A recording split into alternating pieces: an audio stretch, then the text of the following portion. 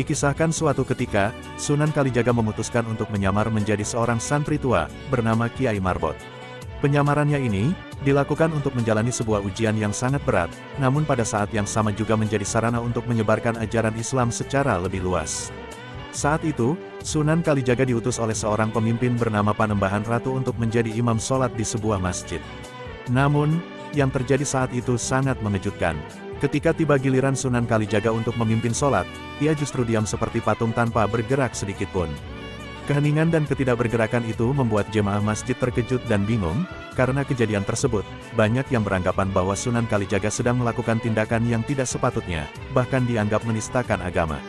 Sebagai akibatnya, sang ratu yang menyaksikan kejadian itu memberikan hukuman yang sangat berat kepada Sunan Kalijaga.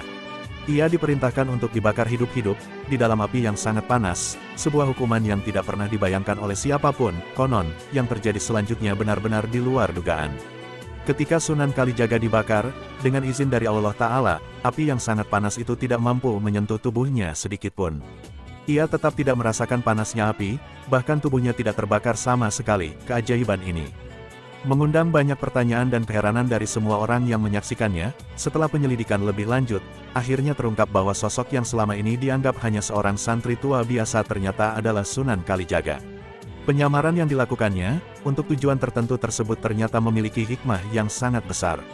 Hal ini menunjukkan betapa besar kekuatan spiritual yang dimiliki oleh Sunan Kalijaga, yang diberkahi dengan karomah yang luar biasa. Melihat kenyataan tersebut, sang ratu yang sebelumnya memberikan hukuman kepada Sunan Kalijaga, pun merasa sangat malu dan menyesal. Ia segera meminta maaf atas keputusan yang telah dibuat dan menyadari bahwa ia telah salah dalam menilai Sunan Kalijaga. Penyesalan tersebut menjadi pelajaran bagi banyak orang, tentang betapa besar kebesaran hati dan kerendahan diri Sunan Kalijaga. Selama penyamaran tersebut, Sunan Kalijaga dikenal dengan julukan Kiai Marbot. Julukan ini diberikan karena sikapnya yang sangat sederhana, dan penuh pengabdian. Sebagai seorang Kiai Marbot, Sunan Kalijaga selalu menunjukkan teladan yang baik, dalam kehidupan sehari-hari, tanpa menginginkan perhatian atau penghargaan dari orang lain.